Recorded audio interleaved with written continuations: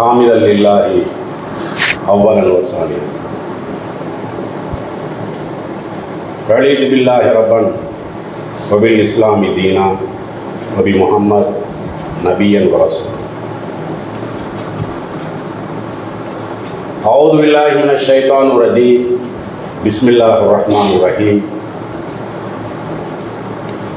وإن أحد من المشركين استجارك فأجره حتى يسمع كلام الله ثم أبلغه مأمنه ذلك بأنهم قوم لا يعلمون. அன்பிலிய இஸ்லாமிய சொந்தங்களே,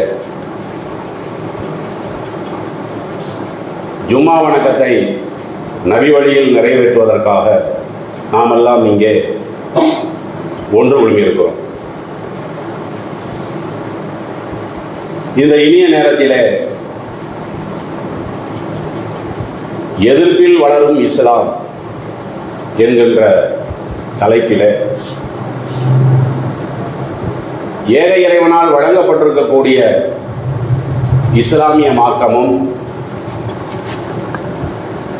அந்த இஸ்லாமிய மார்க்கத்தை கொள்கையாக நம்பியிருக்கக்கூடிய முஸ்லிம் சமுதாயத்தவர்களும் நெடுங்காலமாக உலகளவிலே பெரும்பாலானவர்களால் ஏன் எதிர்க்கப்படுகிறார்கள்? இஸ்லாமிய மார்க்கத்தையும் முஸ்லிம் சமுதாயத்தையும் அவர்கள் கடுமையாக எதிர்க்கிற காரணத்தினால் அதனால் இஸ்லாமிய வளர்ச்சிக்கு ஏதாவது ஒரு வகையிலே பலவீனம் ஏற்பட்டிருக்கிறதா என்பதையும் சுருக்கமான முறையிலே எடுத்து வைப்பதுதான் இந்த ஜும்மா உரையினுடைய நோக்கமாக இருக்கிறது. ஏனென்று சொன்னால், உலகில் எது போன்ற விபரீதங்கள் ஏற்பட்டாலும் சரி, அல்லது உலகிலே எது போன்ற அசம்பாவிதங்கள் ஏற்பட்டாலும் சரி, அந்த அசம்பாவிதங்களுக்கு பின்னால் யாருடைய திட்டம் இருக்கிறது, அந்த திட்டத்திற்கான காரணம் என்ன என்பதையெல்லாம் துப்பு துலங்குவதற்கு முன்பாகவே அந்த அசம்பாவிதங்களுக்கு மூல காரணமாக முஸ்லிம் சமுதாயத்தை மக்களுக்கு மத்தியிலே அடையாளம் காட்டுவார்கள். இஸ்லாமிய மார்க்கத்தையும் அதன் மூலம் இழிவுபடுத்துவதற்கு முற்படுவார்கள். அதனால்தான் இஸ்லாமிய அடிப்படைவாதிகள் அப்படின்னு சொல்லி ஒரு வார்த்தையை நீங்கள் கேள்விப்பட்டிருக்கிறீங்கல்ல. ஏதாவது ஒரு நல்ல விஷயத்தை சொல்வதற்காக வேண்டி இஸ்லாமிய அடிப்படைவாதிகள் அப்படிங்கிறத நீங்கள் கேள்விப்பட்டிருக்கீங்களா? தான தர்மத்தில் அதிகமாக இஸ்லாமிய அடிப்படைவாதிகள் இருக்கிறார்கள் அப்படிங்கிறதுக்கெல்லாம் அந்த வார்த்தையை பயன்படுத்த மாட்டாங்க. ஆனால் தான தர்மத்தில், தியாகம் செய்வதில், பிறர்களுக்கு உபகாரம் செய்வதில் யார் முன்னாடி இருப்பாங்கன்னு பார்த்தீங்கன்னா இஸ்லாமிய அடிப்படைவாதிகள் தான். இஸ்லாமிய அடிப்படைவாதினா என்ன? இஸ்லாத்துக்கு எது அடிப்படை? திருமறை குர்ஆனும் ஹதீஸும் தான். அப்போ அந்த திருமறை குர்ஆனோடு யார் ஈடுபாடோடு இருக்கிறார்களோ, நபி மொழிகளின் மீது யார் ஈடுபாடோடு இருக்கிறார்களோ, அவர்கள் இதில் எல்லாம் என்ன செய்வாங்கன்னா முன்னோடிகளாக இருந்திருக்கிறாங்க, இப்போ இருக்கிறாங்க. இதை குறிப்பிடுவதற்கு என்ன செய்ய மாட்டாங்கன்னா இஸ்லாமிய அடிப்படைவாதம் அப்படிங்கிறத பயன்படுத்த மாட்டாங்க. எதுக்கு பயன்படுத்துவாங்க? குண்டு வெடிச்சிருச்சு தான் பயன்படுத்துவான். எங்கேயாவது படுகொலை நடந்துருச்சு, எங்கேயாவது ஒரு பக்கம் அசம்பாவிதம் கடுமையான முறையில் நடைபெற்றது என்று சொன்னால் இந்த வார்த்தையை என்ன செய்வாங்க? பயன்படுத்துவாங்க. இதற்கு நிறைய சான்றுகள் இருக்கிறது. அது சொல்லும் போது பூதாகரமாக என்ன செய்வாங்கன்னு சொல்லி விட்டுருவாங்க. கடைசியில் நாங்கள் இந்த சமுதாயத்தை தானே சொன்னோம், உண்மையிலேயே அது அப்படி கிடையாத பலவிதமான ஆய்வுகளுக்கு பின்னாடி அவர்களுக்கு இவர்களுக்கு சம்பந்தமில்லை நிலை இருக்கிறது அப்படிங்கிற விஷயத்தை என்ன செய்ய மாட்டாங்கன்னா மக்கள் மத்தியில் கொண்டு போக மாட்டாங்க.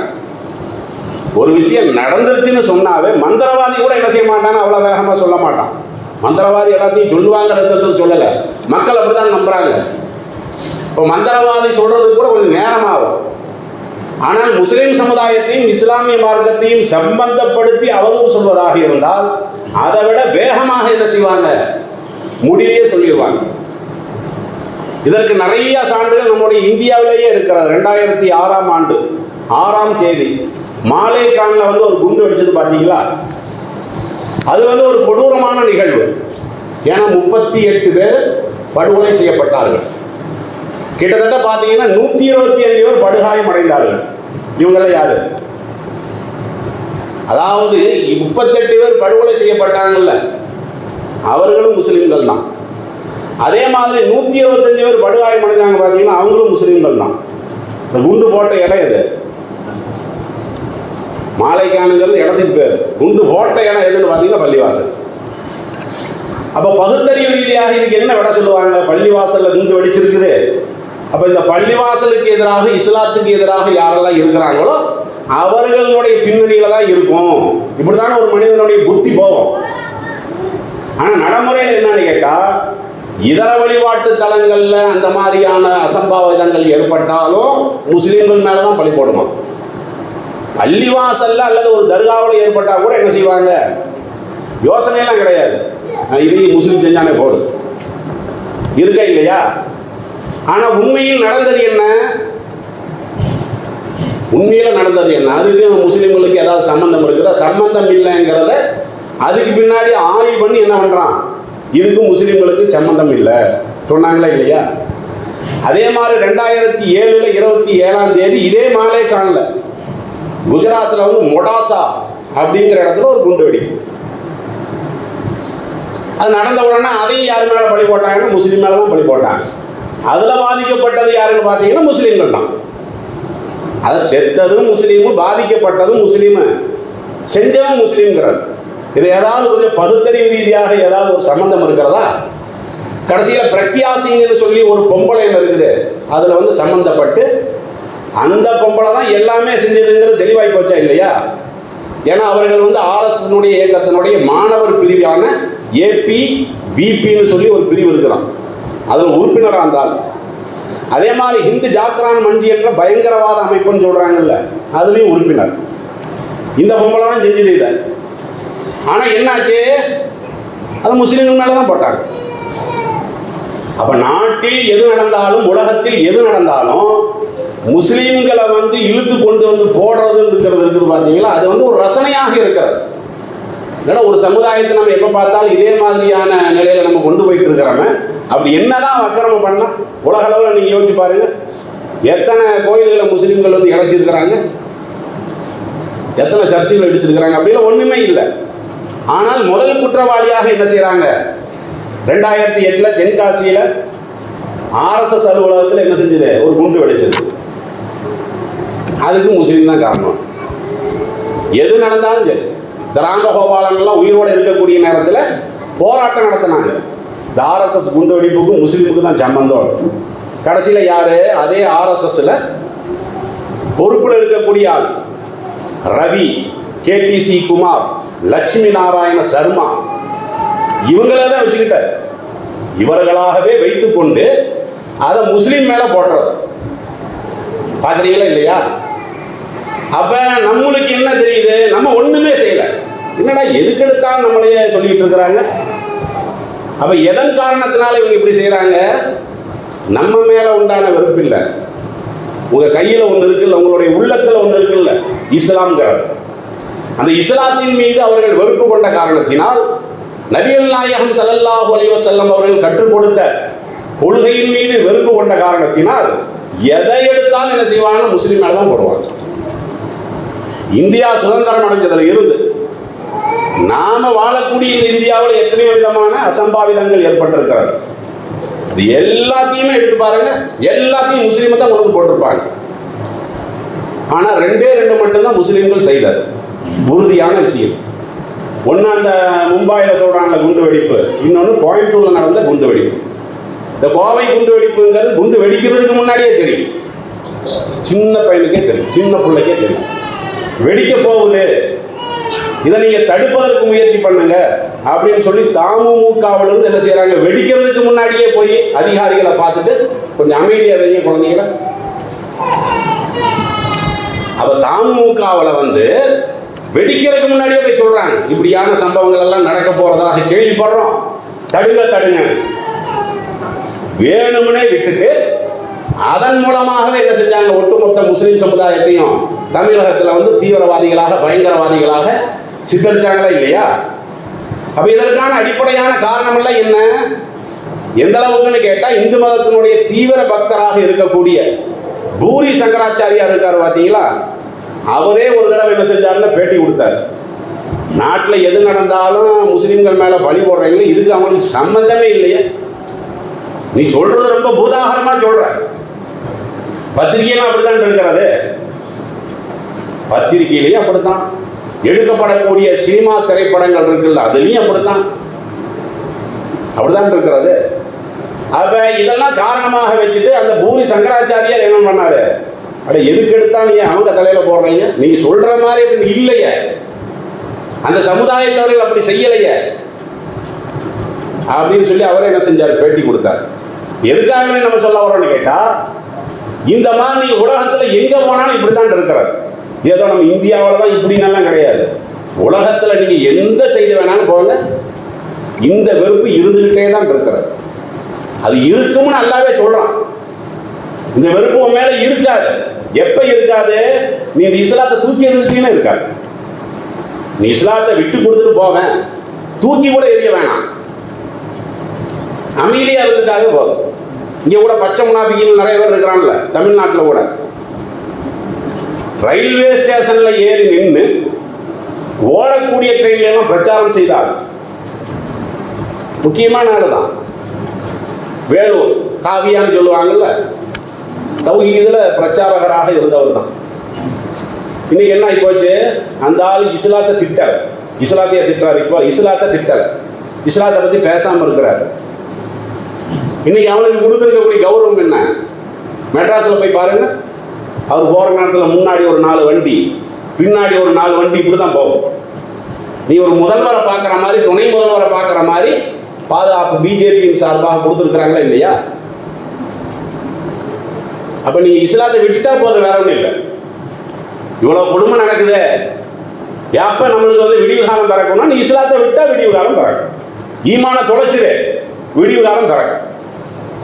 குரான்ல கூட அல்லாஹ் சொல்றான், வலன் தரலா அன்கல் யஹூது வலன் நசாரா ஹத்தா தத்தபிய மில்லத்தஹும், 2வது அத்தியாயத்தினுடைய 120வது வசனம். யஹூதிகளையும் நசராணிகளையும் நீங்கள் பின்பற்றாத வரை திருப்தியே அடைய மாட்டான். நீ என்ன வேணாலும் வளைஞ்சு போவேன், நீ எவ்வளவோ சேவை பண்ண, உங்க விஷயத்துல வந்து அவனுக்கு திருப்தி வந்துருமா, திருப்தியே வராதுங்கிறான். இது சாதா மனுஷன் சொல்லல, அல்லாஹ்வுடைய வார்த்தை.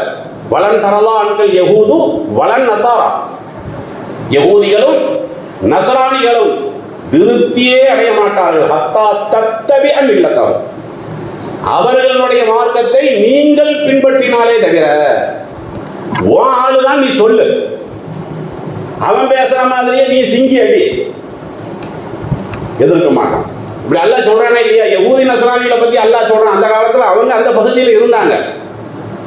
இன்னைக்கு நம்ம பகுதியில் அதே வேலையை செய்யக்கூடியவர்கள் தான் இந்த சங்கிகள். ஒட்டுமொத்த இந்து சமுதாயத்தவர்கள் அல்ல, அதில் நல்லோர்கள் இருக்கிறார்கள், தியாகிகள் இருக்கிறார்கள், இதற்காக வேண்டி குரல் கொடுக்கக்கூடியவர்கள் எல்லாம் இருக்கிறார்கள். எல்லாத்தையுமே நம்ம என்ன செய்ய முடியாது, குறையெல்லாம் சொல்ல முடியாது. ஆனால் இந்த சங்கிகளுக்கு வந்து இதே வேலையாத்தான் இருக்கிறது. நாம இந்த விஷயத்தில் ஒரு பாடம் படிக்கணும், ஒட்டுமொத்த முஸ்லிம் சமுதாயம். ஏன்னா இந்த மத நல்லிணக்கங்கிற பேர்ல இவர் என்ன செய்யறது, ரொம்ப அப்படி கீழே இறங்கி இவன் தான் எல்லாமே செய்யறான். இருந்தாலும் என்னது, இந்த தூய சமூகம் இருக்கக்கூடாது, அதுக்காக என்ன செய்யறது, இவர் சீர்வரிசை கொண்டு வர்றது. பள்ளிவாச ஜமாத் சார்பாக நீங்க பாக்குறீங்கல்ல, ஏதோ ஒரு பிற மத வழிபாட்டு தளம் ஓப்பன் ஆகுதான், இது இவர் கலந்து கொண்டு அப்படி சீர்வரிசை கொடுக்கறதும், அவர்கள் வந்து இங்க சீர்வரிசை கொடுக்கறதும், அதனால என்ன உபயோகம், அவர்களுடைய விழாவில் கலந்து கொள்றது, அவர்களுடைய விழாவுக்கு வாழ்த்து சொல்றது போலி. நீ போலியாத்தானே இதை பண்ற, நம்பிக்கை இல்லையில. நீ சீர்வரிசை கொண்டு போறைய கொண்ட உள்ளத்துல ஏதாவது நம்பிக்கை இருக்கு, அப்படியெல்லாம் ஒன்றும் இல்லையில, நீயே நடிக்கிறீல, அதனாலதான் அவனும் நடிக்கிறான். அவனும் நடிக்கிறானா இல்லையா? அல்லாஹ் சொல்றான் பாத்தீங்களா, நீங்கள் அவர்களுடைய வழியை பின்பற்றாதவரை, நீங்க மனித நேயத்தை பின்பற்றுங்க, பிற மக்களுக்கு உதவுங்க, குரல் கொடுங்க, தியாகம் பண்ணுங்க, அதுல எல்லாம் சந்தேகம் இல்லை. ஆனால் இந்த போலி நாடகம் இருக்கு பாத்தீங்களா, இந்த நாடகத்தையெல்லாம் என்ன செய்ய மாட்டான் அல்லாஹ் ஜல்லஷானஹு தஆலா, விரும்பவே மாட்டான். நீங்க அப்படி எதிர்பார்க்கவே செய்யாதீங்க. இஸ்லாம்னாவே எதிர்ப்பு தான். எதிர்ப்பில் தான் இஸ்லாமிய மார்க்கம் வளர்ந்தது. நபிமார்களுடைய வரலாறு, நல்லோர்களுடைய வரலாறு எல்லாம் அல்ல. அதனால தான் குர்ஆன்ல சொல்றாங்க, யக்துலூன நபியீன பிகைரி ஹக்கின், அநியாயமான முறையிலே அநேகமான நபிமார்கள் படுகொலை செய்யப்பட்டார்கள். எதனால படுகொலை செய்யப்பட்டாங்க? தீவிரவாதத்தையா தூண்டினாங்க? பயங்கரவாதத்தையா அவங்க தூண்டினாங்க? அப்படி இல்லையில. அப்ப நபிமார்கள் ஏன் படுகொலை செய்யப்பட்டாங்க? ரொம்ப வருத்தப்பட்டாங்க. அதாவது மொத்தமா க்ளோஸ் பண்ணிடுவாங்களா, நம்ம சமுதாயத்தையே க்ளோஸ் பண்ணிடுவாங்க. நபிகள் நாயகமே பயந்தாங்களே. நபிகள் நாயகம் ஸல்லல்லாஹு அலைஹி வஸல்லம் அவர்களே பத்ர் போர் நேரத்தில் பயந்தாங்களே இல்லையா? துஆ செஞ்சாங்கல்ல. என்ன செஞ்சாங்க? யா அல்லாஹ், நீ எதை நீ வாக்குறுதி அளித்தாயோ அந்த வாக்குறுதி இப்ப நீ நிறைவேற்று. இன்னக இன் துஹ்லிக் ஹாதிஹில் இஸாபா ஃபில் அர்லி லன் துஅபதக அபதா. ஏன்னா நான் இந்த கூட்டத்தை தான் நான் இப்போ உருவாக்கி வச்சிருக்கிறேன். ரொம்ப குறைந்த எண்ணிக்கையில் உள்ளவர்கள் ஈமான்தாரிகள். இவர்களுடைய அந்த சூழ்ச்சியில நீ இவங்களையும் நீ போட்டு அழிச்சிட்டீங்கன்னா உலகத்தில் உன்னை வணங்குறதுக்கு யாருமே இருக்க மாட்டாங்க. நபிகள் நாயகம் ஸல்லல்லாஹு அலைஹி வஸல்லம் அவர்கள் சஜிதாவில் கடந்து ஓதியது இது. எப்படி ஓதுறாங்க? அதாவது இந்த குறிப்பிட்ட சஹாபாக்கள் தான் நம்ம கைவசத்தில் இருக்கிறாங்க. அப்ப அந்த யஹூதிகள் நஸ்ரானிகள் சூழ்ச்சி பண்றாங்களே, அந்த சூழ்ச்சிக்கு நீ இவங்களையும் பலியாக்கிறாங்க. பலியாக்கினா என்ன ஆகும்? உலகத்தில் ஒன்றை வணங்குற கால் இல்லை. தூய்மையான முறையில் ஒன்றை வணங்குறதுக்கு ஆள் இருப்பாங்க, அதுக்கப்புறம் இருக்க மாட்டாங்கல்ல. இது அல்லாஹ்வுக்கு தெரியும். இவர்களுடைய விரக்தியை கொட்டுறாங்க சஜிதாவில். இப்போ இப்படியெல்லாம் நம்ம என்ன செய்யறோம்? பார்க்கத்தானே செய்யறோம். அதனால இது இயல்பாக இருக்கிறது. எந்த ஒரு காரணத்துக்காக வேண்டி நாம் என்ன செய்ய வேண்டியதில்லை, கொள்கையில தடுமாற வேண்டிய அவசியம் எல்லாம் கிடையாது. ஏன்னா அந்த தடுமாறக்கூடிய அளவிற்கு கொள்கை ஓட்டையானதும் இல்லையில. விஞ்ஞானத்தால் மெய்ப்பிக்கப்பட்ட மார்க்கம், அறிவுபூர்வமான மார்க்கம், எதற்கும் பதில் வைத்திருக்கக்கூடிய மார்க்கம், எந்த ஒன்றுக்கும் தயங்காத மார்க்கம் நாம் கையில் வைத்திருக்கக்கூடிய இஸ்லாமிய மார்க்கம். பொதுவாக ஒரு மார்க்கத்தை, ஒரு கொள்கையை எதிர்க்கலாம். எப்ப எதிர்க்கலாம்? அதுல மனிதநேய சட்டங்களுக்கு எதிரான சட்டங்கள் இருந்துச்சுன்னு வைங்களா, எதிர்க்கலாம். மனுஷனையெல்லாம் கொலை பண்ணுங்கன்னு சொல்லி ஒரு கொள்கை சொல்லுது, அதை எதிர்க்க வேண்டியதானே? அநியாயம் பண்ணுங்கன்னு சொல்லுது, எதிர்க்க வேண்டியதானே? இஸ்லாத்தில் அப்படி எங்கேயாவது இருக்குதா? பிற மனிதர்களுக்கு தொல்லையை கொடுங்க, அவனை கொலை பண்ணுங்க, இவனை கொலை பண்ணுங்க. குர்ஆனிலே இல்லாத ஒரு வார்த்தை இருக்கிறது. ஆனால் இஸ்லாத்தில் அந்த வார்த்தை தான் அதிகமாக என்ன செய்யப்படுது? ஒட்டுமொத்த முஸ்லிம் சமுதாயத்தால், ஒட்டுமொத்த முஸ்லிம் சமுதாயத்தவர்களுக்கு அந்த வார்த்தையை பயன்படுத்தப்படுகிறது உலகம் முழுவதும். அந்த வார்த்தையே குர்ஆன்ல இல்லை. என்ன வார்த்தை அது? சொல்லுங்க பாப்போம்.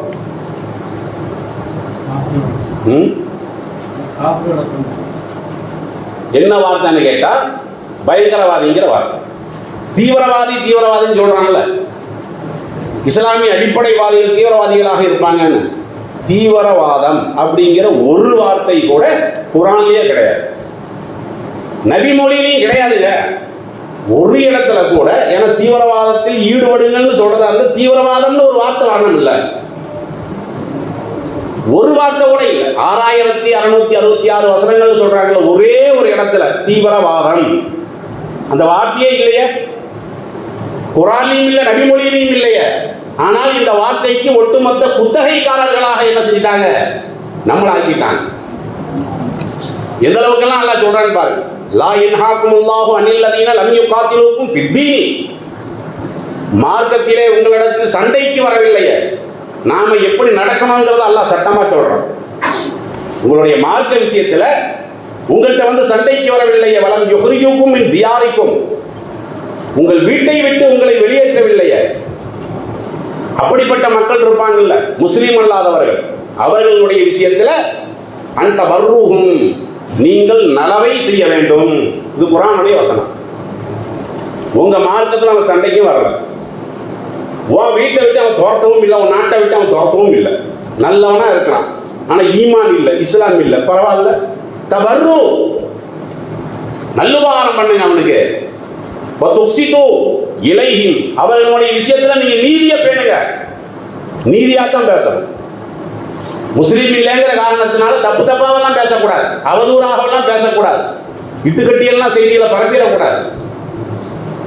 குரான்ல சொல்றான்ல, இப்படி சொல்லுது குரான். இவன் சொல்றான் ஒரு புறத்துல தீவிரவாதம் பயங்கரவாதம்னு, ஆனா குரான் என்ன சொல்லுது? முஸ்லீம் அல்லாதவர்கள்ட்ட நீங்க சரியான முறையில் நடங்க. வைநகதும் மினல் முஸ்ரிகி நஸ்தஜாரக பாஜிரு. இந்த குரான் வசனம்லாம் நம்ம மனப்பாடம் பண்ணி வச்சிருக்கணும். 9வது அத்தியாயத்தினுடைய 6வது வசனம். முஸ்ரிக்கீன்களில் ஒருவர், முஸ்லீம் அல்லாத ஒருத்தர், அவனை அடிக்கிறதுக்கு வர்றாங்க, வெட்டக்குன்னு துரத்திட்டு வர்றாங்க. யார் வர்றா? அவனுடைய ஆளுகளே துரத்திட்டு வர்றாங்க. இதை பத்தி அல்லாஹ் சொல்றான். வைநகதும் மினல் முஸ்ரிக்கி நஸ்தஜாரக. முஸ்ரிக்கீன்களில் ஒருவர் உங்களிடத்தில் அடைக்கலம் கேட்டால், என்ன அடைக்கலம்? என் ஆளே என்ன க்ளோஸ் பண்றதுக்கு வர்றான், என் கடையை நாசமாக்குறதுக்கு வர்றான், என் உயிரை எடுக்கிறதுக்கு வர்றான் என்று உங்களிடத்தில் உதவி கோரினால், புகலிடம் தேடினால், அல்லாஹ் என்ன சொல்றான்? பாஜிருஹு, உடனடியே நீ அவனுக்கு உதவணும்.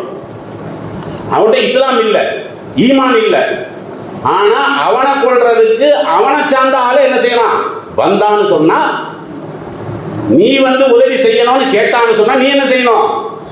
அவனுக்கு அடைக்கலம் கொடு. அடைக்கலத்தை வேற சொல்லணும், குரல் கொடுக்கறது இல்லை. கொலை பண்றதுக்கு வர்றாங்களா, வா என் வீட்டுக்கு வா, வா பதுங்கி இருந்துக்க, இப்படி சொல்லணுமா ஒரு முஸ்லீம்? ஜம்மு காஷ்மீர்ல கூட பார்த்தீங்கல்ல, அதாவது ஜம்மு காஷ்மீருக்கு அது என்னமோ தீவிரவாதிகளுடைய பயங்கரமான ஒரு கூடாரம் மாதிரியும் நீ சித்தரிக்கிறதெல்லாம் அப்படித்தானே? அது எங்க இருக்குது? இந்தியாவில் இருக்குது. ஜம்மு காஷ்மீர்கள் எங்க இருக்கு? நம்ம நாட்டில் இருக்குதுங்க. அது என்னமோ ஒரு அந்நிய நாட்டில் அது இருக்கிற மாதிரியும், அங்க இருக்கிறவன் எல்லாமே பயங்கரமான பயங்கரவாதிகள் மாதிரியும் அப்படிதானே சித்தரிக்கிறாங்க. இவன் இப்படி சித்தரிக்கிறான். எந்த ஒன்றையும் ஆய்வு பண்றதே கிடையாது. நம்ம நாட்டு பிரதமரே என்ன சொல்லியிருக்கிறார்? என்ன சொன்னார்? இதற்கு பின்னணியில் செயல்பட்டவர்கள் யார்? மூல காரணமானவர்கள் யார்? அவர்களை கண்டுபிடிச்சு கடுமையாக தண்டிப்போம். யார் சொன்னது? நம்ம நாட்டு பிரதமர் தான் சொல்லியிருக்கிறார், மோடி அவர்கள். அப்படின்னு என்ன அர்த்தம்? இதுவரை கண்டுபிடிக்கலன்னு அர்த்தம்.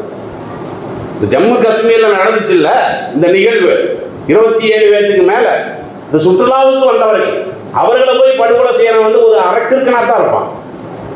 கொள்கைவாதி அப்படியெல்லாம் பண்ணுவான். அவனை கொலை பண்ணி இவனுக்கு என்ன நடக்க போகுது? ஒன்றும் நடக்காது. அப்ப சுற்றுலாவுக்கு வந்த மக்களை ஒருத்தன் கொலை பண்றான்னா அவனை விட ஒரு அரக்கிற்க இருப்பானா, மத வெறிய இருப்பானா, அவன் மதத்துக்குரியவனோ மதம் சாராதவனோ தெரியல, ஆனா யாருன்னு தெரியல. அதுதானே நம்ம பாரத பிரதமர் மோடி அவர்களுடைய அறிக்கையில வந்திருக்குது. இனிமேல் கண்டுபிடிப்போம். நம்ம அமித்ஷா கூட என்ன செஞ்சிருக்கிறாரு? ஹெலிகாப்டர்ல இப்பதான் பார்த்தோம், அவர் புலனாய்வு பண்ணிட்டு இருக்காங்க. எங்கெல்லாம் சுட்டாங்களோ அது மேல நின்று உட்காந்து இப்படி பார்த்தா இது புலனாய்வு. இது புலனாய்வான கீழே இப்படி துணிஞ்சு பார்த்தா புலனாய்வாதிக்கு பேரு. அது எல்லாருமே பார்ப்பாங்கல்ல. அந்த இடத்த போய் பார்வையிடுறாங்க. இவர்களை அறியாமலேயே சொல்லக்கூடிய விஷயம் என்ன? இதுக்கு யாருன்னு கரெக்டா தெரியல, இனிமேல் கண்டுபிடிப்போம். இனிமேல் கண்டுபிடிப்போம் தானே பிரதமரே சொல்றாரு, அமித்ஷாவே சொல்றாரு. நீ எனக்கு முஸ்லீம்கள் மேல படி போட்ட, இவன் போட்டுட்டு இருக்கிறிய துணுக்கு நிலையெல்லாம் இந்த நாட்டை விட்டு அடிச்சு விரட்டணும்னு போட்டுருக்கான். இந்த சங்கிகளை நீங்க பாக்குறீங்கல்ல, அவர்கள் இந்த சமூக வலைதளத்தில் பதிவுகளெல்லாம் போடுவாங்க இது சம்பந்தமா. எவன் போட்டாலும் சரிதான், அவ்வளோ வெறுப்பு ஊட்டப்பட்டிருக்கு, வேற ஒன்றும் இல்லை. முஸ்லீம்னு சொன்னா அவன் தேசத்துக்கு விரோதமானவன் அப்படின்னு ஊட்டிட்டானா இல்லையா? சின்னதுலேயே அப்படி ஊட்டுறது. அவங்களுக்கு கொடுக்கக்கூடிய பயிற்சியில் முதலாவது பயிற்சி என்ன? தேசப்பற்று தான். அது நல்ல பயிற்சி தான். அது கிளாஸ் எடுக்கிறோம், நம்ம இப்போ தப்சீர் கிளாஸ் எடுக்கிறோம்ல, தர்பியா நீங்கள் எடுக்கிறீங்கல்ல, இதே மாதிரி அவர்களும் தர்பியா எடுப்பாங்க. தர்பியாவில் முதல் பாடம் என்ன? 12 வயசில் போவான், 15 வயசில் போவான். முதல்ல தேசப்பற்றையெல்லாம் என்ன செய்யறது? ஊட்டுறது. அப்படி தேசத்துக்காக இவ்வளோ பக்தியை ஊட்டியாச்சு. ரெண்டாவது என்ன? தேசப்பற்ற ஊட்டனா தேசப்பற்றுக்கு எதிரானவை யாரும் காட்டணும் இல்லை. இப்படியெல்லாம் நம்ம தேசப்பற்றோட இருக்கணும். ஆனால் இவனுங்களை பார்த்தீங்களா அப்படின்னு நம்மளை கொண்டே அங்கே நிறுத்துறது. இவனுக்கு தேசத்துக்கு சம்மந்தம் இல்லாதவன் பார்த்தீங்கன்னா நாட்டையை பிரிச்சிட்டானுங்க பார்த்தீங்களா அப்படின்னு அவனுக்கு தெரிஞ்ச ஒரு 7-8 விஷயம் இருக்குல்ல. அந்த தெரிஞ்ச விஷயம் தெரியாத விஷயம் எல்லாத்தையும் கொண்டு போட்டு மண்டை என்ன செஞ்சிருக்குது? திணிக்கப்பட்டிருக்கு. அவனுடைய உள்ளம் முழுவது விஷம்தான், வேற ஒன்றுமே இல்லை. எப்போ அவன் ஒரு சாந்தமாக பேசவே மாட்டாங்க. நீங்கள் பார்த்தீங்கன்னா ஒரு நாகரீகமாக பேசுறது, ஒரு பகுத்தறிவு ரீதியாக நம்ம எடுத்து சொல்கிறோம்ல, பதில் அப்படித்தான் சொல்லணும். அப்படியெல்லாம் பேசவே மாட்டான். போங்கடா பாகிஸ்தானுக்கு போங்கடா, நீங்களாம் எதுக்குடா இங்கே நாட்டை காட்டி கொடுத்த துரோகிகளேங்கிறது. அதுக்கு என்ன பட்டியல்? ஒன்றுமே இல்லை. பார்க்குறீங்கள? அப்போ சமீபத்தில் நடக்கக்கூடியது அது. ஏன்னா இஸ்லாம்னா என்ன நம்மளுக்கு இப்போ தெரியுது பார்த்தீங்களா? அங்கிருந்து வரக்கூடியவர்கள் சுற்றுலாவுக்கு போனாங்கல்ல, ஒவ்வொரு நாட்டில் இருந்தோம், ஒவ்வொரு பகுதியில் இருந்தோம், அவர்களுடைய நாட்டுக்கு அவசரமாக திரும்புகிறாங்க. அவன்கிட்ட போய் விமான நிலையத்தில் பேட்டி எடுக்கிறான், பஸ்ஸில் பேட்டி எடுக்கிறான். அவங்களாம் என்ன சொல்கிறாங்க? காஷ்மீர் மக்களை குறையா சொன்னாங்க, இன்னைக்கு இருக்கா இல்லையா? யாரு குறை சொன்னா? ஒரு 2 பேர்த்தையாவது சொல்லி, இல்லை அந்த மக்கள் அப்படி, அங்கே நடந்த சம்பவம் உண்மைதான், ஆனால் எங்களுக்கு அடைக்கலம் தந்தவர்கள். நான் ஏற்கனவே குரான் வசனம் சொன்ன பார்த்தீங்களா? குரான் அடிப்படையில் இருந்திருக்கிறாங்க, தெளிவாக விளங்குது. இந்த மாதிரி தான் அந்த மக்கள் இருக்காங்க. அப்ப இந்த மாதிரியான ஒரு வெறுப்புணர்வு உலக அளவில் இருக்கிறது. இதற்கு அடிப்படையான காரணம் என்ன? பெரிய காரணம்லாம் கிடையாது. இஸ்லாம் சொல்லக்கூடிய கொள்கை தான். இஸ்லாம் என்ன சொல்லுது மக்களுக்கு மத்தியில்? எல்லாம் சமம், நீ பெரியவன் இவன் சின்னவங்கிறதே கிடையாது. பிறப்புல சமம்ங்கிற ஒரு தத்துவத்தை சொல்லுது இல்லை. இன்ன அக்கிரமக்கும் இந்தல்லாஹி அத்காக்கும், உங்களில் சிறந்தவன் யார்?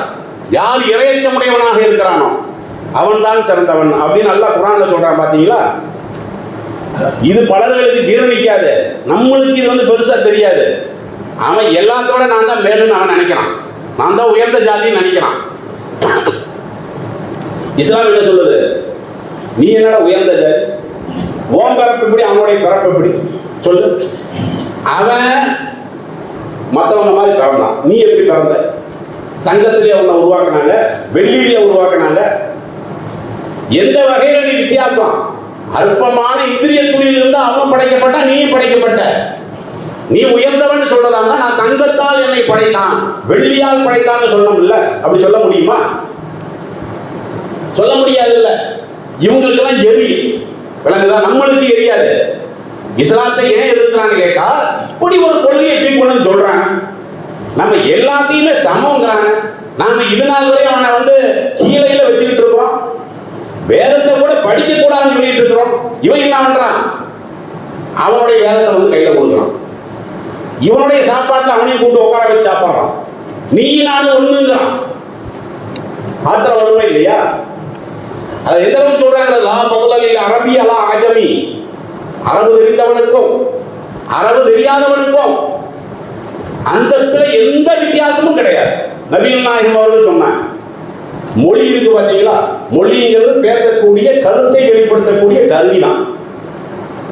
அதை வச்சு நீ வெறியெல்லாம் விட்டாத. தமிழ் தான் உலக மொழியிலேயே சிறந்தது. என்ன சிறந்தது? நம்மளுடைய கருத்தை எடுத்து வைக்கக்கூடிய ஒரு மொழி. மலையாளத்துக்கானது அது ஒரு மொழி, ஹிந்திக்கானது அது ஒரு மொழி. அதெல்லாம் மொழி வெறி என்ன தூண்டுற? ரசூலுல்லாஹ் எந்த இடத்துல சொல்றாங்க? அவங்களுக்கு அரபு மட்டும்தான் தெரியும். நம்மளுக்காக சில பேருக்கு 2-3 மொழி தெரியும், ரசூலுல்லாஹ்வுக்கு அரபு மட்டும்தான் தெரியும். அப்ப அவன் என்ன சொல்லியிருக்கணும்? அரபு மட்டும்தான் முதல் இடம், மற்றதெல்லாம் தாழ்ந்ததுன்னு சொல்லியிருக்கணும்ல. ரசூலுல்லாஹ் என்ன சொல்றாங்க? அரபி தெரிந்தவனுக்கும் அரபி தெரியாதவனுக்கும் அந்தஸ்தில் எந்த வித்தியாசமும் கிடையாது. இப்படி சொல்றாங்க.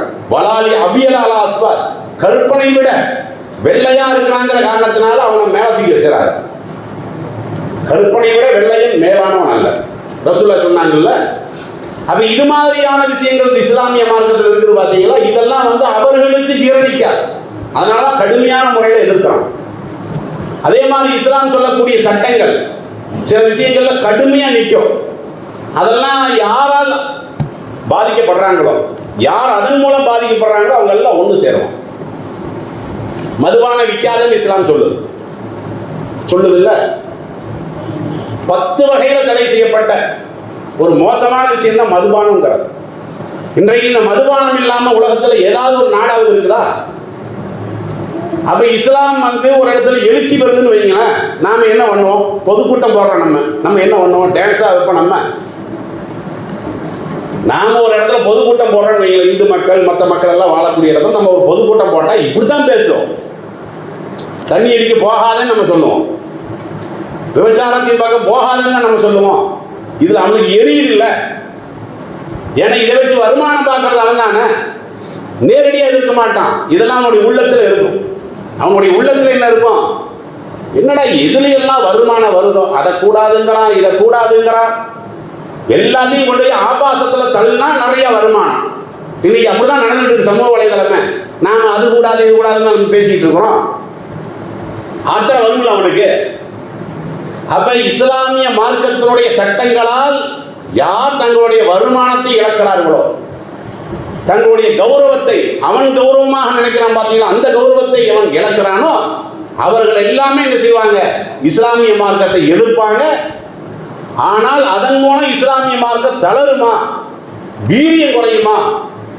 நிச்சயமா குறையாது, குறையவே செய்யாது. நபிமார்கள் கிடையாது. எப்படி இன்னைக்கு இஸ்லாம் உலகத்தில் இருக்குது? உலகத்தில் எங்கேயாவது ஒரு நபியாவது இருக்காரா? இல்லை, வளர்ந்துகிட்டே தான் இருக்கு. இந்த ஒரு ஆழமான உறுதியான நம்பிக்கை நமக்கு என்ன செய்யணும்? உள்ளத்தில் பதியும் என்று கூறி முதல் உரையில் பேச. அன்பினியவர்களே, இஸ்லாமிய மார்க்கம் கடுமையான முறையில் எதிர்க்கப்படுகின்ற பொழுதெல்லாம் இஸ்லாமிய மார்க்கம் வளர்ச்சி தான் அடைந்திருக்கிறது. நமக்கு தளர்ச்சி மாதிரி தெரியும். அந்த இடத்துல ஒரு 50 பேர்த்த கொலை பண்ணிட்டாங்க, இங்கே ஒரு 100 பேருக்கு ஜெயிலில் போட்டாங்க, பார்த்தீங்கன்னா தளர்ச்சி மாதிரி இருக்கும். நம்ம சிந்தனையிலிருந்து பார்த்தீங்கன்னா தளர்ச்சி மாதிரி இருக்கும். ஆனால் உலக சிந்தனையிலிருந்து நீங்கள் பாருங்க, நடைமுறை சிந்தனை ஒன்று இருக்கா இல்லையா? எதெல்லாம் இவன் இஸ்லாத்துக்கு இழிவு தரும் இவன் நினைக்கிறானோ, பலவீனம் தரும் என்று நினைக்கிறானோ, அது எல்லாமே இஸ்லாமிய மார்க்கத்திற்கு முன்னேற்றம் தான் தந்திருக்கிறது. இஸ்லாமிய மார்க்கத்தினுடைய ஆதிகால வரலாறு நீங்க பார்க்கலாம். நபிகள் நாயகத்தினுடைய வரலாறு என்ன செய்யலாம்? யாரெல்லாம் எதிர்த்தாங்களோ, எதிர்த்தவர்கள் இஸ்லாத்துக்குள்ள வந்தாங்கல்ல. அதாவது ஒரு நேர்மையான முறையில் பேசினாவது 4 மக்கள் சிந்திப்பான். சும்மா இட்டு கட்டி சொல்லிட்டே இருந்தான்னு வைங்களேன், தீவிரவாதம் சொல்லிக்கிட்டே இருந்தான்னு வைங்களேன், என்னன்னு பார்ப்பான்ல. இன்னைக்கு பார்க்கறான்ல, என்னடா அங்கே 27 பேர் சுட்டு கொண்டதா சொல்லிக்கிட்டே இருக்கிறாங்க, பேப்பரில் போட்டுக்கிட்டே இருக்கிறான். ஆனால் அங்கிருந்து வரக்கூடியவனால என்ன செய்யறான்? இல்லை அவங்க நல்லதை செஞ்சாங்க, இப்படி செஞ்சாங்க, பாதுகாப்பு கொடுத்தாங்கன்னு சொல்றாங்க. முரண்பாடாக இருக்கு. இவ்வளவு பாதிக்கப்பட்ட அவன் உதவி செய்யறான். அப்படி என்ன இஸ்லாத்தில் இருக்கிறது? ஆய்வுக்கு முன்னாடி வர்றானே இல்லையா? ஏத்துக்கிறான்ல. ரசூலுல்லாஹ் கூட சொல்றாங்க. எப்படி சொல்றாங்க? இன்னல்லாஹ லா யுஅய்யிரு ஹாதா தீன் பிர்ரஜுலில் ஃபாஜிர். இந்த மார்க்கத்தை அல்லாஹ் உறுதிப்படுத்துவார். யாரின் மூலம்? அஜரத்து மூலமா அல்ல. அழைப்பு பணி செய்யறாங்களே அவர்கள் மூலமாக அல்ல. அவர்களும் காரணமாக இருக்கலாம். ஆனால் இந்த இஸ்லாமிய மார்க்கத்தை அல்லாஹ் உறுதிப்படுத்துவான். யார் மூலம்? ரஜுலில் ஃபாஜிர். பாவியா இருக்கான் பாத்தீங்களா, அயோக்கியனா இருக்கிறான் பாத்தீங்களா, அயோக்கியன், மதவெறியன், அவர்கள் மூலமாக அல்லாஹ் என்ன செய்வான்? இந்த இஸ்லாமிய மார்க்கத்தை உறுதிப்படுத்துவான். அல்லாஹ்வுடைய தூதர் சொன்னான். நீ பார்க்கறமில்ல எந்த அளவுக்கு இஸ்லாமிய மார்க்கம் அடி வாங்குகிறதோ, அந்த பழமொழியே இஸ்லாத்துக்கு தான் பொருந்தும். அடிக்க அடிக்க வந்து உந்தும், அறுக்க அறுக்க வைரம் ஜொலிக்கும். உலகத்தில் எந்த கொள்கைக்கு இது உதவாது. இஸ்லாம் மட்டும்தான் தனிச்சு நிற்கும். நீ என்ன அடி திருப்பி எந்திரிக்கும். நீ எவ்வளவு வேணாலும் அறுத்து போடு, ஜொலிக்கும். அது இஸ்லாமிய மார்க்கத்தினுடைய இயல்பான குணம், மனம். இஸ்லாமிய மார்க்கத்துக்கு ஒரு மனம் இருக்க, அந்த மனம் செல்லுகின்ற வழியை எவனாலையும் தடுக்க முடியாது. யுரீதுன யுத்ஃபிஉ நூரல்லாஹி பிஅஃவாஹிஹிம் வல்லாஹு முத்திம்மு நூரிஹி வலவ் கரிஹல் காஃபிரூன். அல்லாஹ்வுடைய அந்த பேரொளியை ஊதி அணைப்பதற்கு நாடுகிறார்கள், முடியவே செய்யாது. நீ ஊதிக்கிட்டே இருந்து நீ தான் மண்டையை போடுவ, அடுத்தது ஊதருக்கு ஒருத்தன் வருவான். இஸ்லாம் பரவிக்கிட்டே தான் இருக்கும். இப்படி அல்லாஹ்வே குர்ஆன்ல சொல்றான்ல. அதனால முஸ்லிம் சமுதாயத்தவர்களும் இந்த விஷயத்தில் விழிப்புணர்வு பெற வேண்டும். இது மாதிரியான சந்தர்ப்பங்களை பயன்படுத்தி இஸ்லாம்னா என்ன, பிற மக்களுக்கு நம்ம என்ன செய்யணும்? அழகான முறையில் திட்டுவதெல்லாம் நம்முடைய வேலையாகவே இருக்கக்கூடாது. நீ இப்படி சொல்ற, ஆனால் நடந்தது இப்படி, இந்தந்த வகையில் இஸ்லாம் என்ன செய்யுது? மனித நேயத்தை சொல்லுது. நீ சொல்லி பாருங்க, அதை விட சிறந்த அழைப்பு பணியே இருக்காது. அது மாதிரியான நற்குணமுடையவர்களாக அல்லாஹ் நம்ம அனைவரையும் ஆக்கிடுவானாக என்ற பிரார்த்தனையோடு ஜும்மா உரை இத்தோடு நிறைவு செய்கிறேன். வாஹிதாவானா அனில் அல்ஹம்துலில்லாஹி ரப்பில் ஆலமீன். இன்னல்லாஹ யஅமுரு பில் அத்லி வல் இஹ்சான் வ ஈதாஇ தில் குர்பா வ யன்ஹா அனில் ஃபஹ்ஷாஇ வல் முன்கர் வல் பகி யஇதுக்கும் லஅல்லக்கும் ததக்கரூன். வذ்குருல்லாஹ யذ்குருக்கும் வதுஉ யஸ்தஜீபு லக்கும் வ லதிக்ருல்லாஹ்